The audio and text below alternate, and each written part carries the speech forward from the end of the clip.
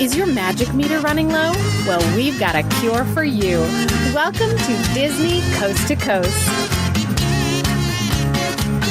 Hey folks, and welcome to Disney Coast to Coast. I'm Jeff DePaoli. And I'm Patrick Dougal. And this past week, there was the mega spectacular holiday. I think it should be a national holiday at this point. The 24-hour Disney Day. Yes!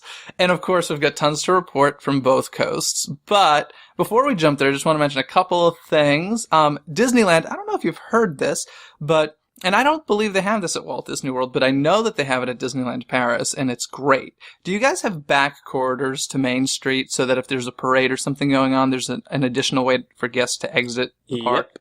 You do? Okay. We don't have that at Disneyland. I know in Paris, it's like it was specifically made, and it's these beautiful hallways behind the shops. At Disneyland, they've used them before, but it's technically backstage, and apparently they're dressing them so that they're actually going to be exits now, which will be great. Well, ours is exactly like that too. It's not dressed, it's 100% backstage, and they have no plan to dress it up.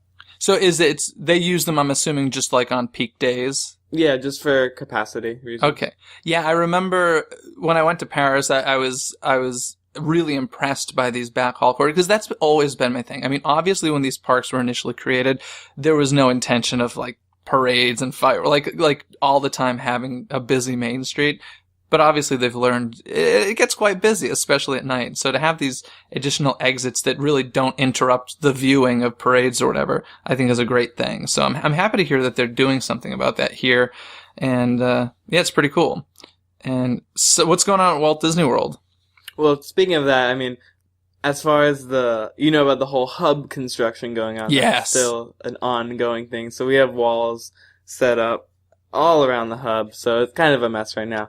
But as far as Disneyland or Disney World news, Mine Train has opened, but I will talk a little bit about that in our full 24-hour day, because that was the first time I rode it. Woohoo! And Star Wars weekend is still going on.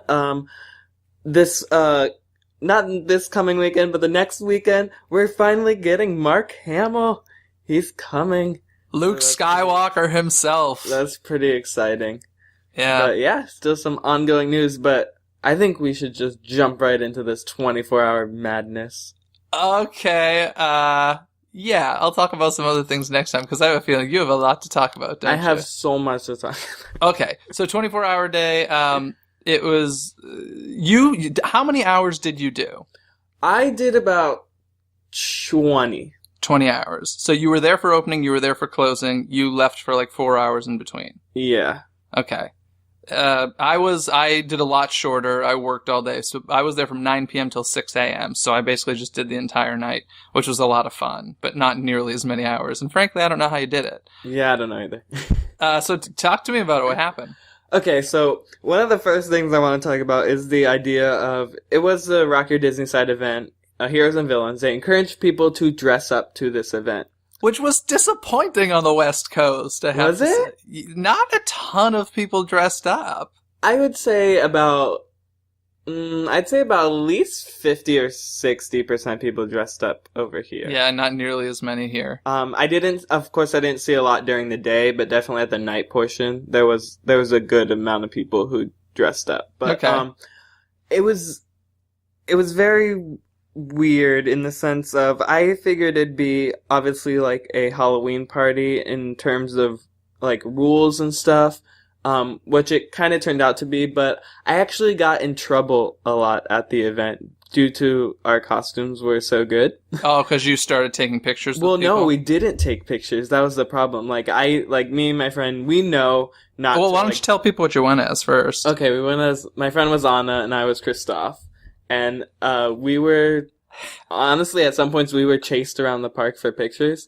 But we knew we couldn't stop for pictures, as in Halloween events, which we weren't doing. You should have started charging people. Say, you don't want to wait in the 3-hour line for Anna and Elsa? Just get a picture with us. That's what they were saying. But, we didn't stop for pictures. We didn't post. People were just taking pictures of us, we can't stop people from just taking pictures of us while we're walking. Well, plus it's a ridiculous rule. I'm sorry that you can't take pictures with people. I don't understand it. But, I feel like if you were going around saying you're the character and acting like the character, then there's a rule against or that. Yeah. dressing as like Slutty Kristoff or something like that. Maybe, yeah. But for just being like, oh, this is a costume, yeah, you can take a picture, just know I'm not the actual park character. Yeah. But I don't know. We had some guest service people come up to us and be like, you guys can't have people take pictures of you and stuff. We're like, we can't stop people from taking pictures of us. It was kind of a downer throughout the day. And honestly, my friend who dressed up, she said if she could do it again, she probably wouldn't dress up just because of the harassment we got from cast members. Really? That bad, huh? Yeah. That stinks. So it was kind of a downer of that throughout the day, but everyone loved their costumes. We actually made it on the Disney Parks blog twice. Oh, cool. Yeah.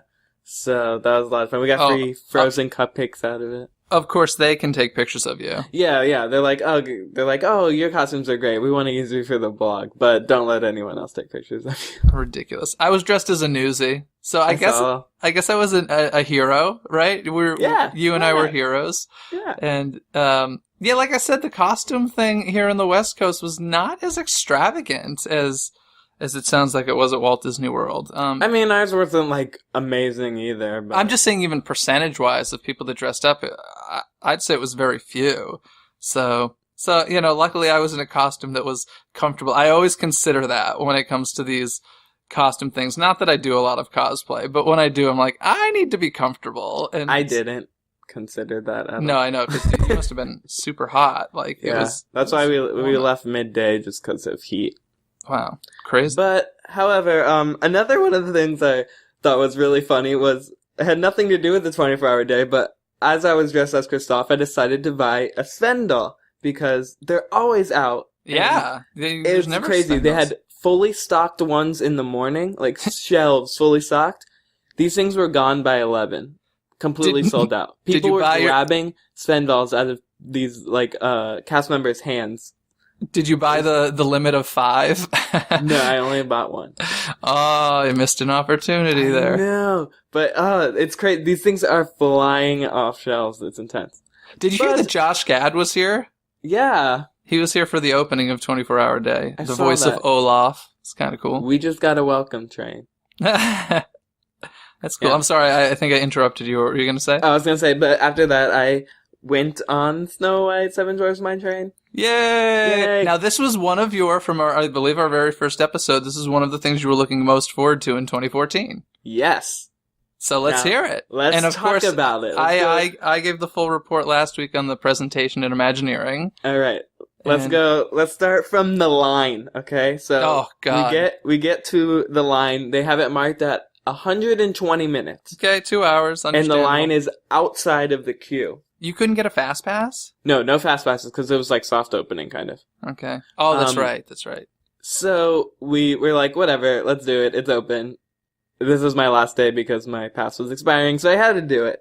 Yes. So we get on the line. We get on the ride in 25 minutes. What? They are intentionally posting ridiculously line wait times because, I don't know, to scare people or something. It's like when the park's about to close and they do that. I was like, what? This is ridiculous, because you get inside the queue and they had none of the extended queue open. It was literally just one thing inside.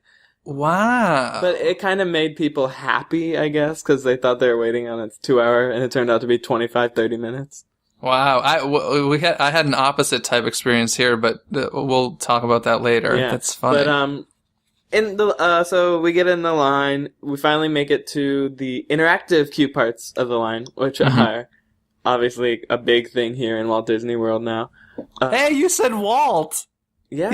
You said Walt. Oh, I'm rubbing off on you. Yeah.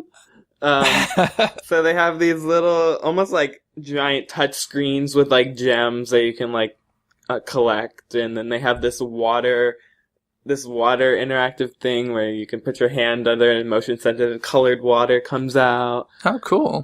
Inside the cave they have these like spinning gem buckets that project things on the ceiling. It's a very cool queue. Everything's bright and colorful with the gems. But then we get to the ride itself. Yes. Now luckily I'm living vicariously through you right now. Luckily, I've heard the back is the best for thrill wise, and the front is the best if you're like dark ride. Okay, I would have gone front. What did you do? Oh, we luckily got back. Yeah, of course. See, I'm much more interested in the animatronics of that thing because let's face it. I mean, you see the animatronics. It's just the back is more fun. Yeah. Okay. So it's a very roller coaster-ish type ride in the sense of seating. It's not like Big Thunder Mountain where it's just like a bench. There's actually a seat. So it's only 2 per cart. Mm-hmm. Because you get your own lap bar. So it's like a bucket seat. Almost, yeah. Okay. So you go out, starts as the little roller coaster part, you go up a little lift hill, you do some turns, then you enter the mine, which I'm sure everyone has seen video of at this point. Yep, yeah. It's everywhere. The animatronics are pretty amazing in person. You can't tell it's like a projection or anything. It just looks amazing. It's gonna be awkward though, when those projectors break down for any reason. Ooh, yeah. It's gonna be real because it's gonna be like a white head or whatever.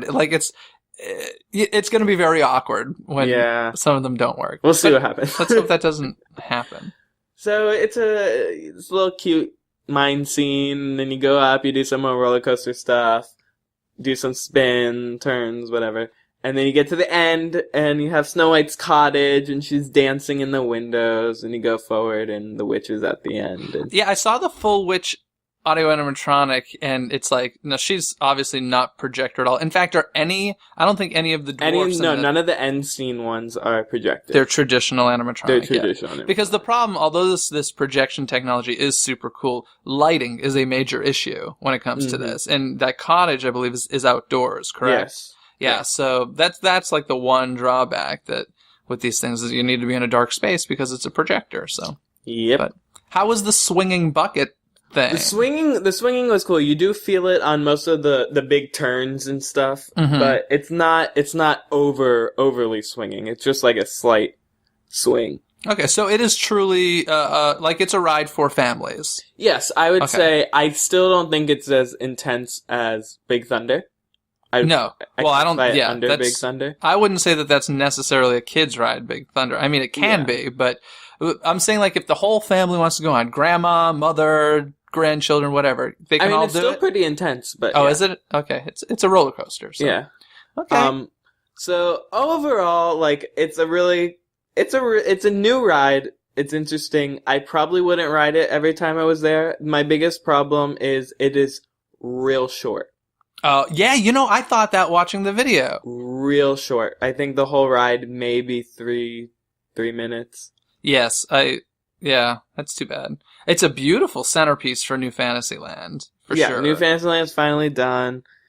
Yes, it's great. Fun. In fact, very recently, the Seven Dwarfs officially opened, and I kind of forgot that it hadn't opened already because I've been hearing so much about it, obviously been reporting so much about it, and heard about, it's been testing for a while. Well, after the 24-hour day, see, the opening day was May 28th, 24-hour day was May 24th. I think it opened every day after the 24th. Yeah. And they actually started doing they started putting fast passes out on the 26th and 27th.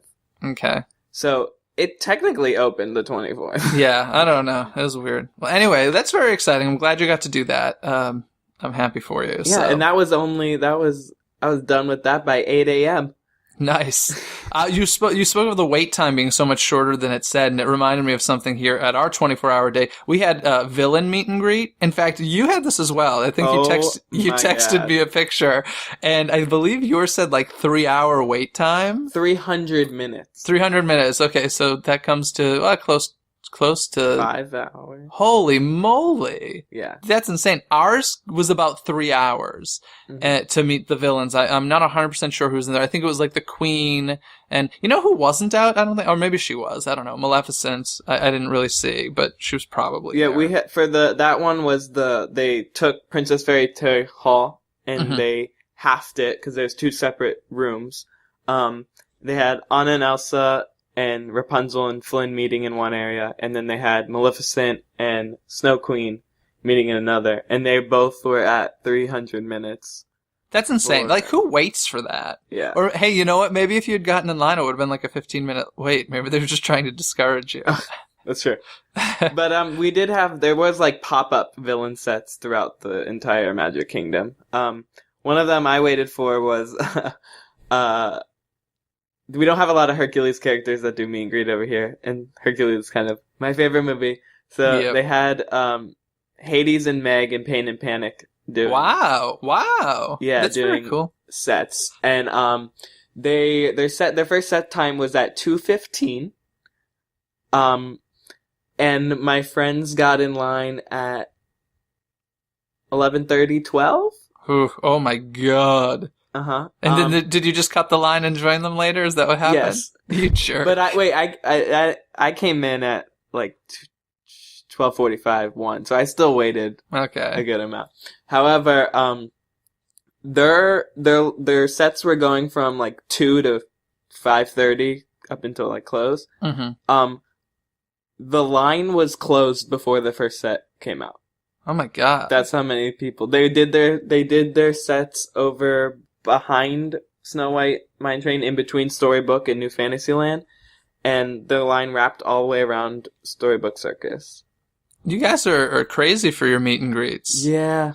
But then we met Frollo and waited 5 minutes. That was I was just going to say the one villain I really would have liked to have gotten a picture with was Frollo. And I don't think he you know what, he may have been here. Our villains were very much like in a room. So, couldn't really see who was there. I'm sure if I had asked, I could. But Frollo was the one that I'm like, if we see Frollo, we gotta stop. No, we had a lot of pop up just randomly, which is kind of rare because that never happens over here. Yeah. They had some set locations for major ones, but no, Frollo was just chilling behind the castle. That's awesome. We actually had some really rare characters come out, like Stromboli from Pinocchio. Whoa! Yeah. Now, that was a full-on fuzzy, or is that a face? Okay, interesting. I've never even seen that costume, I don't think. Neither have I. I was weird. like, who is this guy? If you had Ursula come rolling out, I would have been like, no. Now, did you guys have anything special for, as far as, like, show-wise? Show-wise, they kind of just changed the times of some shows. What did they... Well, we had DJs everywhere. Did you guys have this? We only had one main one in front of the castle. Oh, that's right. It was only one park for you guys. We had both parks open, and we had a DJ rocking it in front of the castle. And then, of course, we had our standard Mad Tea Party going on all night over at Disney California Adventure. And then they had a DJ over on the wharf there. The DJ in front of the castle, I gotta say, was kind of awesome. I was definitely like, I wouldn't mind this every single night of the summer. Like, this is so cool. And they just had to stop at 12:30 a.m. We had our our parade. What the heck's that? Oh, Mickey's Sensational. I keep getting the names of these parades confused. Wait, you had DJs throughout the day?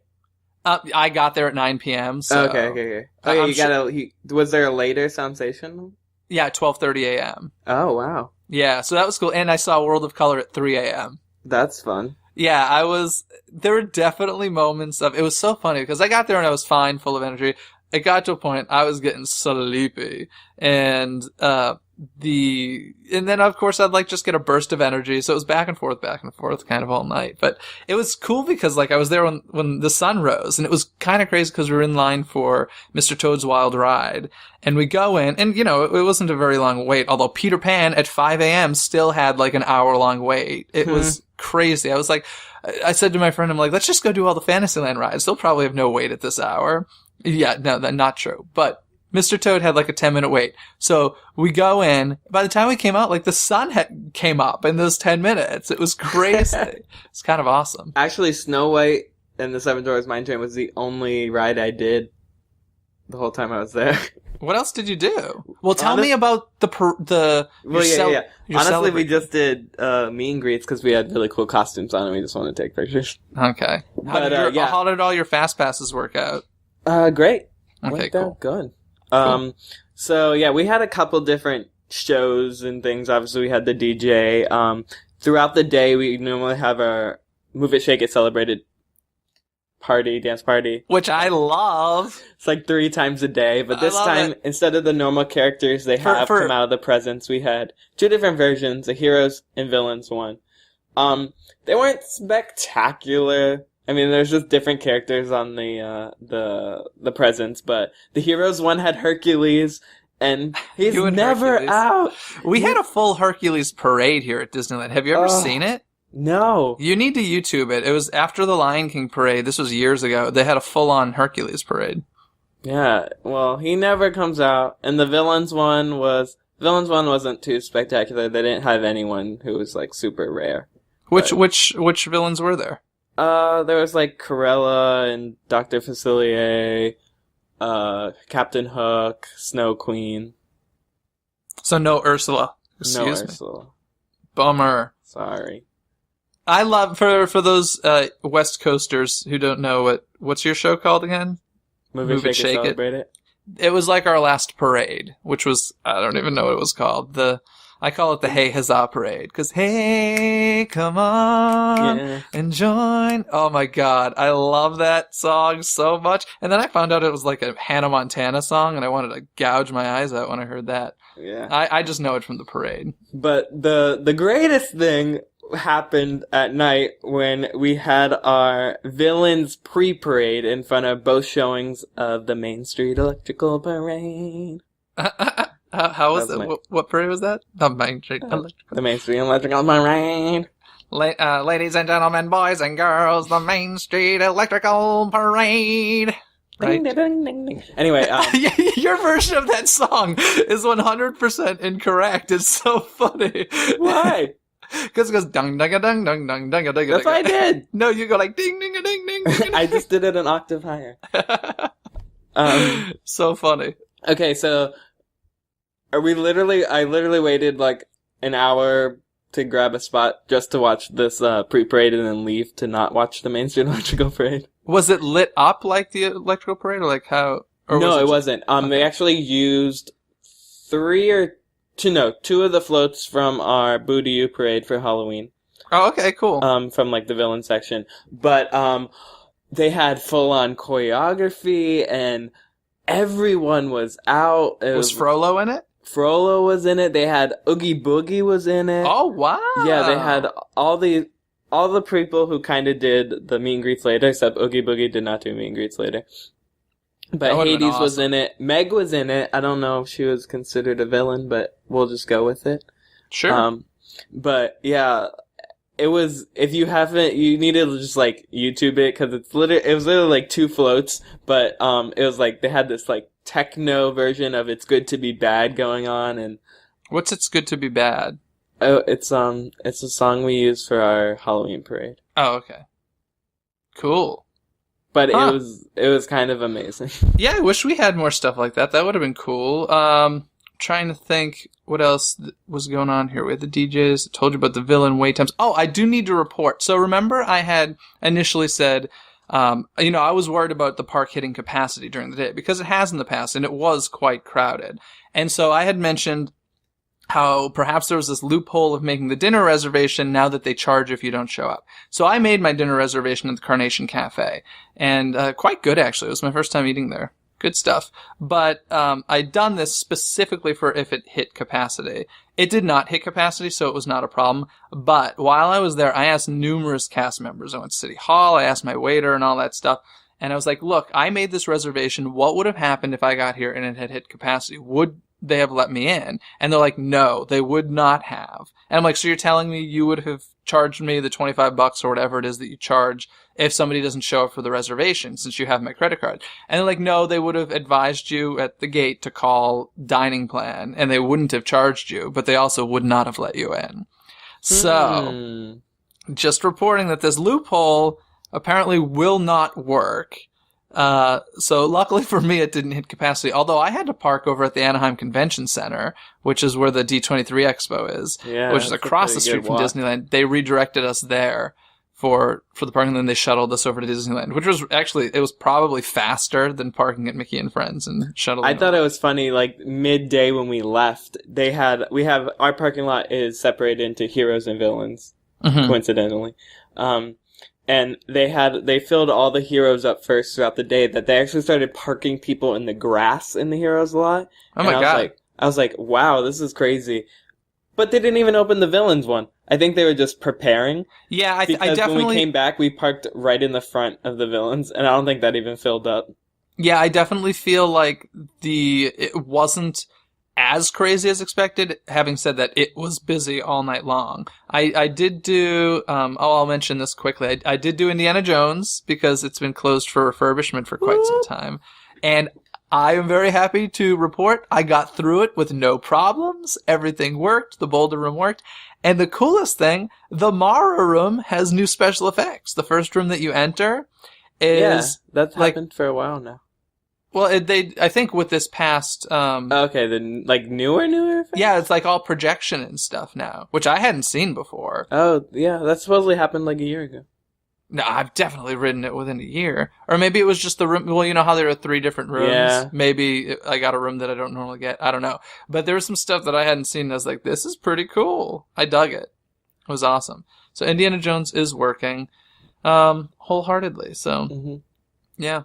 Now should I tell you about my sad part of my 24-hour day? Yes, tell me quickly, then we're going to jump to trivia. All right, let's do this. This is your sad... Oh, the phone? 6 a.m., leaving Magic Kingdom.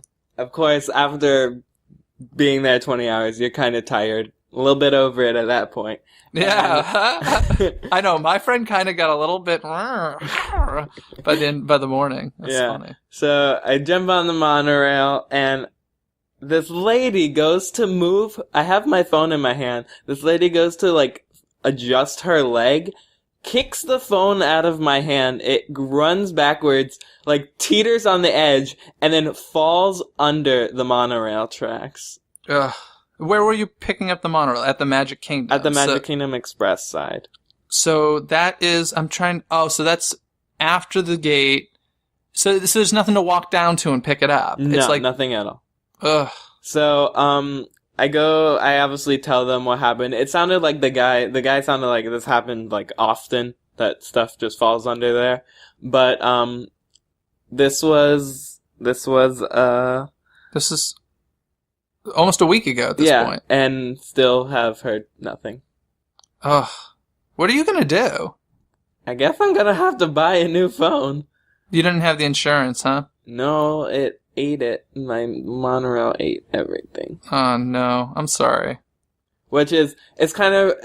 I'm gonna fault Disney on this, because it's not like I left it on a monorail and maybe someone could have stole it. Yeah. There's something down there. Either it's broken or they have to find something. And I know. All I want is closure, because I don't want to buy a new phone and then have them find it. Yeah. All I want is closure. Hey, we found this. It's in pieces. You should buy a new phone. Okay, now I know to go buy a new phone. But the fact that I haven't heard anything is kind of disappointing. Frankly, I think if it had been the end of a 24-hour Disney day for me and that happened, I would have been so exhausted and worn out. I probably would have flipped out. I probably would have, attacked that woman who kicked it and been like, give me $600 for a new phone. Or would have freaked out at the Disney people and been like, I'm jumping down on the track. I'm checking for my phone. See, mine was, I'm so tired that I'm not even going to care about it right now. Yeah, you're dealing with it pretty well, I gotta say. Anywho, we gotta move on to trivia here. Yes. So, do you want me to hit you? Yes. I'm gonna hit you. Okay. Boom! Okay. So, this is the third 24-hour day that they've done consecutively. It began in 2012. And each year it has a different theme and a different name. So... We picked the exact same trivia question. Yeah, I had a feeling that might happen. One more Disney Day, Monstrous Summer All-Nighter, and Rock Your Disney Side Heroes and Villains. I had a feeling that might happen. Well, folks, for those of you listening, that's okay because we're running over anyway. I wrote it down. To the folks, I love it. I wrote it down. Oh, if you could see your notes compared to mine, look at this. That's serious. I just wrote the trivia question. Okay. In any case, for those of you listening, in 2012, it started actually, it was a really cool idea. It was because it was a leap year. Yeah. And they were like, hey, it's an extra day. Let's make it one more Disney day. We're open for 24 hours. And I don't think they expected to do this annually. They're probably like, we'll do it every leap year. But it was a mega success, especially that first year. So 2013, they decided to use it to promote Monsters University, and they called it Monsters Summer All-Nighter. And then this year, they're going off their whole social media campaign of Rock Your Disney Side. And I'm not quite sure why they did the heroes versus villains, but they did. And next year, let's think. I know what they're going to do next year. They're going to do 2015. Isn't Disney Avengers supposed to come out? They're going to do Disney All-Nighter, Disney Coast to Coast. That's what it's going to be. It's going to be like Avengers. Speaking of Avengers and stuff, I got stuff to report on that next week. So anyway, folks, we're running out of time. That's going to do it for us this week. Thanks for listening to Disney Coast to Coast. Patrick, I will talk to you later. See you later. Thanks for listening to Disney Coast to Coast. Have a magical day.